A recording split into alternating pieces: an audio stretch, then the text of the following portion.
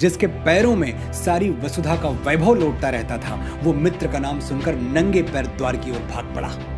कृष्ण सुदामा को आदर के साथ भीतर ले आए और उनकी हालत देखकर बोले, ऐसे बेहाल बेवाइन सौंपग कंटक जाल लगे पुनि जोए, हाय महादुख पायो सखा तुम आए इतै न कितै दिन खोए। देख सुदामा की दीन दशा करुणा करके करुणा निधि रोए, पानी परात को हाथ छुए नहीं नैनन के जल से पग धोए।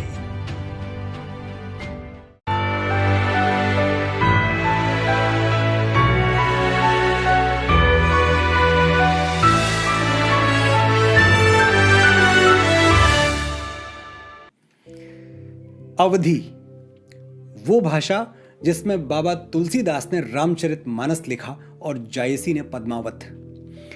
दुख होता है ये देखकर कि ऐसी अद्भुत भाषा को पिछले कई दशकों से हमने नजरअंदाज कर रखा है। और इसमें नुकसान सिर्फ अवध वालों का या अवधी भाषा का नहीं है, पूरे देश का है। बहुत बड़ा लिटरेचर, बहुत बड़ा साहित्य हमारे हाथों से छूट गया।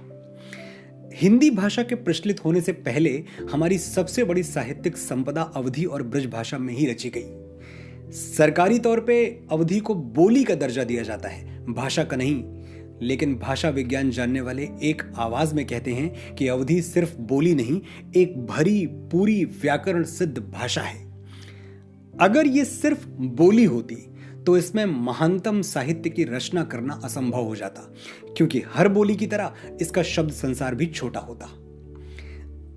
लेकिन तुलसी से लेकर जायसी तक किसी ने कभी यह शिकायत नहीं की कि हमें अपनी बात कहने के लिए अवधी में शब्द कम पड़ रहे हैं। फिर भी पता नहीं कब अवधी के साथ अन्याय हो गया और वो भाषा से सिर्फ बोली बन के रह गई। तो इस पूरे वीडियो में मैं अवधी को भाषा कहूंगा। जिन लोगों को इस पर ऐतराज है उनसे पहले ही क्षमा मांग लेता हूं। अवधी भाषा की सबसे बड़ी खासियत वही है जो अवध की है, प्लुरैलिटी, बहुभाषिकता और इसका इंक्लूसिव नेचर, यानी सबको शामिल कर लेने वाला स्वभाव। अवधी में संस्कृत से लेकर अरबी और फारसी तक ऐसे घुल मिल जाते हैं जैसे दूध और पानी, फर्क करना मुश्किल हो जाता है। और इसीलिए इस भाषा की जमीन पर बड़े से बड़े काव्य की फसल बोई जा सकती है। आज मैं आपको अवधी में लिखा गया एक ऐसा प्रसंग सुनाता हूं जिसे सुनकर आपके मन में रसधार फूट पड़ेगी और शायद आपकी आंखें भीग जाएंगी।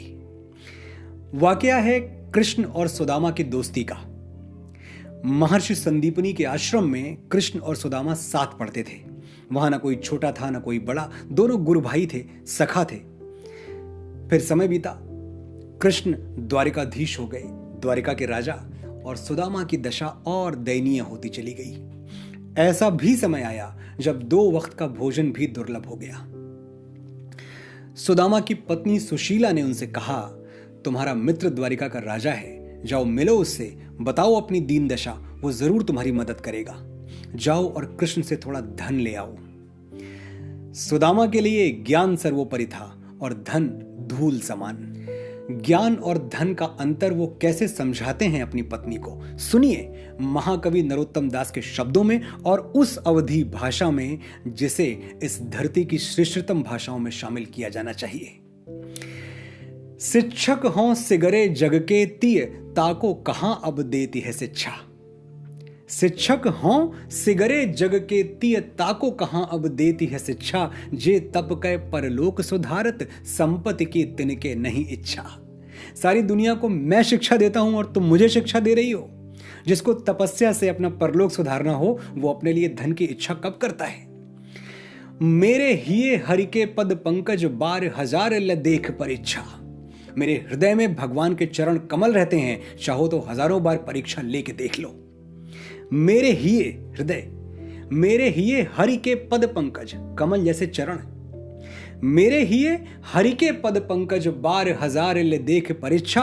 औरन को धन चाहिए बावरी, ब्राह्मण को धन केवल भिक्षा। अरे पगली, तुझे किसी और का धन क्यों चाहिए? ब्राह्मण का धन सिर्फ भिक्षा होता है, कुछ और नहीं। सुदामा की पत्नी उन्हें अपनी गरीबी का हवाला देती हैं, कहती हैं, कोदो समा जुरितो भरी पेट, तो चाहती ना दधि दूध मठौती। कोदो और सावा हमारे बुजुर्ग बताते हैं कि ये अनाज का सबसे सस्ता स्वरूप हुआ करता था। गेहूं और चावल अमीरों को ही मिला करते थे। साधारण लोग कोदो और सावा जैसे अनाज खाकर पेट भरते थे। सुशीला कहती हैं कि अगर कोदो और सावा भी मुझे भरपेट मिल जाए तो दही, दूध और मट्ठे की कोई कामना नहीं है। कोदो समा जुरितो भरी पेट, तो चाहती ना दधि दूध मठौती। सीत बतीतत जो से सियातही हो हटती, पर तुम्हें ना हटौती। अगर ये शीत ऋतु, जाड़ों का मौसम सिसियाते हुए, दांत किटकिटाते हुए भी बीत सकता तो मैं बिता देती, सर्दी से लड़ जाती, पर तुमसे कभी ना लड़ती। लेकिन अब तो ऐसा लगता है कि ये सर्दियां भी नहीं बीतेंगी। इन सर्दियों के बीतने से पहले ही शायद हम स्वर्ग से धार जाएं। जो जनती न हितु हरिसों, तुम्हें काहे को द्वारी के पेली पठौती। या घर ते न गयो कबहू, पिय टूटो तवा अरु फूटी कठौती। अगर मुझे विश्वास न होता कि हरि यानी कृष्ण तुम्हारा हित करेंगे तो मैं तुम्हारे द्वारिका जाने की जिद क्यों करती। अरे मैंने तो आज तक अपनी रसोई से टूटा हुआ तवा और फूटी हुई कठौती भी बाहर नहीं फेंकी। तुम्हें घर से बाहर क्यों निकालती। तुमसे ज्यादा मुझे कौन प्रिय है। जो जनती न हितु हरिसों, तुम्हें काहे को द्वारी के पेली पठौती। या घर ते न गयो कबहू, पिय टूटो तवा अरु फूट कठौती। सुदामा उत्तर देते हैं, छाणी सबय जक तो ही लगी बक, आठहु जाम यह झक ठानी। जाता ही देह लदाए, लढ़ा भरी लेह लदाए, यह जिय जानी। सब कुछ छोड़कर तुझे आठों पहर एक ही जिद लगी है। ऐसा थोड़ी है कि मेरे जाते ही कृष्ण बैलगाड़ी भर के सामान लदा देंगे मेरे लिए। पाऊं कहां ते अटारी अटा, जिनको विधि दीन है टूट सी छानी। जे पे गृद्र लिखो है ललाट, तो काहू पे मेट न जाए अयानी। जिनको भाग्य ने ही टूटा हुआ छप्पर दिया है, उनको महल अटारी कौन दे सकता है पागल। अगर विधि ने ही माथे पर दुख लिख दिए हैं तो उसे कौन मिटा सकता है। पाऊं कहां ते अटारी अटा, जिनको विधि दीनी है टूट से छानी। जे पै गृद्र लिखो है ललाट, तो काहू पे मेटी न जाए अयानी। अंततः पत्नी की बात मानने के सिवा कोई चारा न देख सुदामा कहते हैं कि मैं सखा कृष्ण के लिए क्या उपहार लेके जाऊं। द्वारका जाहूजू आठहु जाम यह झक तेरे। जो न कहो करिए ते बड़ो दुख, जइये कहां अपनी गति हेरे। द्वारका जाओ, द्वारका जाओ, द्वारका जाओ, यही जिद पकड़ ली है तुमने। तुम्हारा कहां ना करूं तो अपनी दुर्गति कराऊं। दुर्गति कहते हैं पति और पत्नी की इससे सुंदर नोकझोंक जो नरोत्तम दास ने लिख दी, हिंदी साहित्य में उसका दूसरा उदाहरण मिलना कठिन है। द्वार खरे प्रभु के छरिया, तह भूपति जान न पावत नेरे। पांच सुपारी त देखो बेचारे के, भेंट के चारी न चाउर मेरे। कृष्ण द्वारिका के राजा हैं, राजा। बड़े बड़े लोग उनकी एक झलक नहीं देख पाते, उनसे मिल नहीं पाते, और मैं उनसे मिल लूंगा जिसके पास उन्हें भेंट करने के लिए चावल के 4 दाने तक नहीं है। सुशीला जानती हैं कि राजा से खाली हाथ नहीं मिला जाता। वो एक पोटली चावल बांध के सुदामा को देती हैं और कहती हैं जब कृष्ण से मिलो तो ये उपहार उन्हें दे देना। एक पोटली भुने हुए चावल का उपहार लेकर सुदामा द्वारकाधीश कृष्ण से मिलने द्वारिका जाते हैं। श्री कृष्ण के महल का चौकीदार फटेहाल सुदामा को देखता है तो जाकर कृष्ण को बताता है। क्या बताता है? सीस पगा न झगा तन में, प्रभु जाने को वाही बसे किस ग्रामा। धोती फटी सी लटी दुपटी, अरु पाए उपाना की नहीं सामा। कोई आया है प्रभु, न उसके सर पे पगड़ी है, न तन पे कपड़ा, न पांव में जूतियां। पता नहीं कौन है, किस गांव में रहता है। द्वार खड़ेव द्विज दुर्बल, एक रह्यो चकिसों वसुधा अभिरामा। दरवाजे पर एक दुबला पतला द्विज यानी ब्राह्मण खड़ा हुआ आश्चर्यचकित आंखों से द्वारिका का वैभव देख रहा है। यहां मैं एक बात जरूर बताना चाहूंगा कि ब्राह्मण को द्विज क्यों कहते हैं, क्योंकि ब्राह्मण का जन्म 2 बार होता है। एक बार मां की कोख से, दूसरी बार ज्ञान की कोख से। पहला जन्म तब होता है जब वो ब्राह्मण के तौर पर जन्म लेता है, और दूसरा जब वो वेदों शास्त्रों का अध्ययन करके असली ब्राह्मणत्व कमाता है। द्विज यानी जो 2 बार जन्म ले। द्वार खड़्यो द्विज दुर्बल एक, रह्यो चकिसों वसुधा अभिरामा। पूछत दीन दयाल को धाम, बतावत आपनो नाम सुदामा। वो दुबला पतला फटेहाल ब्राह्मण आपका पता पूछ रहा है द्वारकाधीश, और अपना नाम सुदामा बता रहा है। सुदामा, ये नाम सुनते ही कृष्ण व्याकुल हो उठे। जिसके पैरों में सारी वसुधा का वैभव लौटता रहता था, वो मित्र का नाम सुनकर नंगे पैर द्वार की ओर भाग पड़ा। कृष्ण सुदामा को आदर के साथ भीतर ले आए और उनकी हालत देखकर बोले, ऐसे बेहाल बेवाइन सौपग कंटक जाल लगे पुनि जोए, हाय महादुख पायो सखा तुम आए इतय न कितय दिन खोए।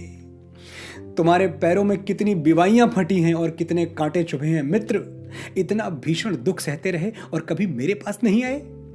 ऐसे बेहाल बेवाइन सौपग कंटक जाल लगे पुनि जोए, हाय महादुख पायो सखा तुम आए इतय न कितय दिन खोए।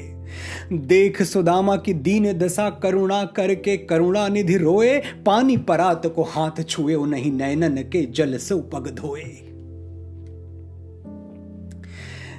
मित्र की यह दशा देखकर करुणानिधि कृष्ण रो पड़े और इतना रोए कि सुदामा के पांव धुलने के लिए परात में जो पानी लाए थे वो धरा का धरा रह गया। उन्होंने सुदामा के पांव अपने आंसुओं से धोए।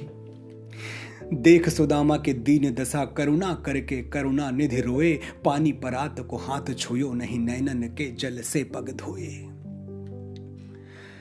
मित्रता के इतिहास में कृष्ण और सुदामा जैसी कहानी ढूंढने से नहीं मिलेगी। हम इस कहानी को यह कहकर अनसुना कर सकते हैं कि कहां कृष्ण कहां हमसे ऐसी दोस्ती नहीं हो पाएगी, या फिर हम इस कहानी को अपने लिए आदर्श बनाकर कृष्ण के पद चिन्हों पर चलने का प्रयास कर सकते हैं, उनके जैसी मित्रता निभाने का संकल्प ले सकते हैं। दोनों रास्ते खुले हैं, जिस पर चाहे चलिए। लेकिन मेरी एक छोटी सी गुजारिश ये है कि अवधी भाषा और उसके साहित्य को पढ़ना शुरू कीजिए। अवधी अद्वितीय है। मुझे जब भी मौका मिला मैं अपने चैनल के जरिए अवधी भाषा का अभिनंदन करता रहूंगा। ठहरिए, ये वीडियो रिकॉर्ड करने के 2 दिन बाद मुझे ध्यान आया कि सुदामा चरित्र की पूरी सुंदरता, उसका पूरा वैभव उसके प्रवाह में है। मैं चाहता था कि एक एक पंक्ति आपको समझ में आए, उसका भाव आप समझें, और इसलिए मजबूरन मुझे इन छंदों का प्रवाह तोड़ना पड़ा। अब जबकि आप भाव समझ चुके हैं, आप अर्थ समझ चुके हैं, मैं चाहता हूं एक बार ये छंद आप उसी लय के साथ, उसी प्रवाह के साथ सुने जिस प्रवाह के साथ नरोत्तम दास ने लिखे थे। सबसे पहले सुदामा अपनी पत्नी सुशीला से कह रहे हैं कि शिक्षक हो सिगरे जग के तीयता को कहां अब देती है शिक्षा, जे तपकै पर लोक सुधारत संपत्ति की तिनके नहीं इच्छा। मेरे हिये हरि के पद पंकज 12,000 ले देख परीक्षा, औरन को धन चाहिए बावरी ब्राह्मण को धन केवल भिक्षा। जवाब में सुशीला कहती हैं, अपनी मजबूरी बताती हैं कि कोदो समा जुर तो भरी पेट तो चाहती ना दधि दूध मठौती, सीत बती तत जो सिसियात ही हो हटती पर तुम्हें न हटौती। जो जनती न हितो हरिसो तुम्हें काहे को द्वारी के पेल पठौती, या घर ते न गयो कबहू पिय टूट तवा अरु फूट कठौती।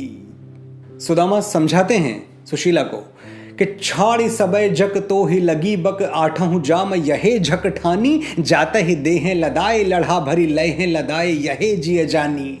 पाऊ कहां ते अटारी अटा जिनको विधि दीनी है टूट सी छानी, जय पे गृद्र लिखो है ललाट तो काहू पे मेटी न जाए अयानी। द्वार का जाहू जू आठहु जाम यहे झक तेरे, जो न कहो करिए तो बड़ो दुख जइए कहां अपनी गति हेरे। द्वार खरे प्रभु के छरिया तहां भूपति जान न पावत नेरे, 5 सुपारी ते देख बिचारी के भेंट को चारी न चाउर मेरे। और जब सुदामा द्वारिका पहुंचते हैं तो कृष्ण का द्वारपाल जाकर उनसे क्या कहता है, शीस पगा न झगा तन में प्रभु जाने को वाही बसे किस ग्रामा, धोती फटी सी लटी दुपटी अरु पाय उपाना की नहीं सामा। द्वार खड़ो दुज दुर्बल एक रहो चकिसों वसुधा अभिरामा, पूछत दीन दयाल को धाम बतावत आपनो नाम सुदामा। कृष्ण सुदामा को लेके अंदर आते हैं महल के भीतर, और जब उनकी हालत देखते हैं तो क्या कहते हैं कि ऐसे बेहाल बेवाइन सौपग कंटक जाल लगे पुनि जोए, हाय महादुख पायो सखा तुम आए इतय न कितय दिन खोए। देख सुदामा की दीन दशा करुणा करके करुणा निधि रोए, पानी परात को हाथ छुयो नहीं नैनन के जल से पग धोए।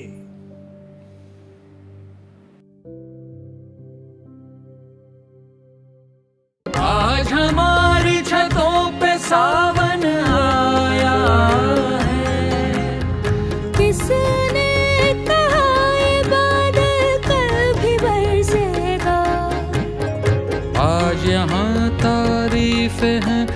हवा ही है। ये कमरा कल एक ताली को तरसेगा, बुझ जाएंगी वक्त महल की कंदीलें, गायब सारे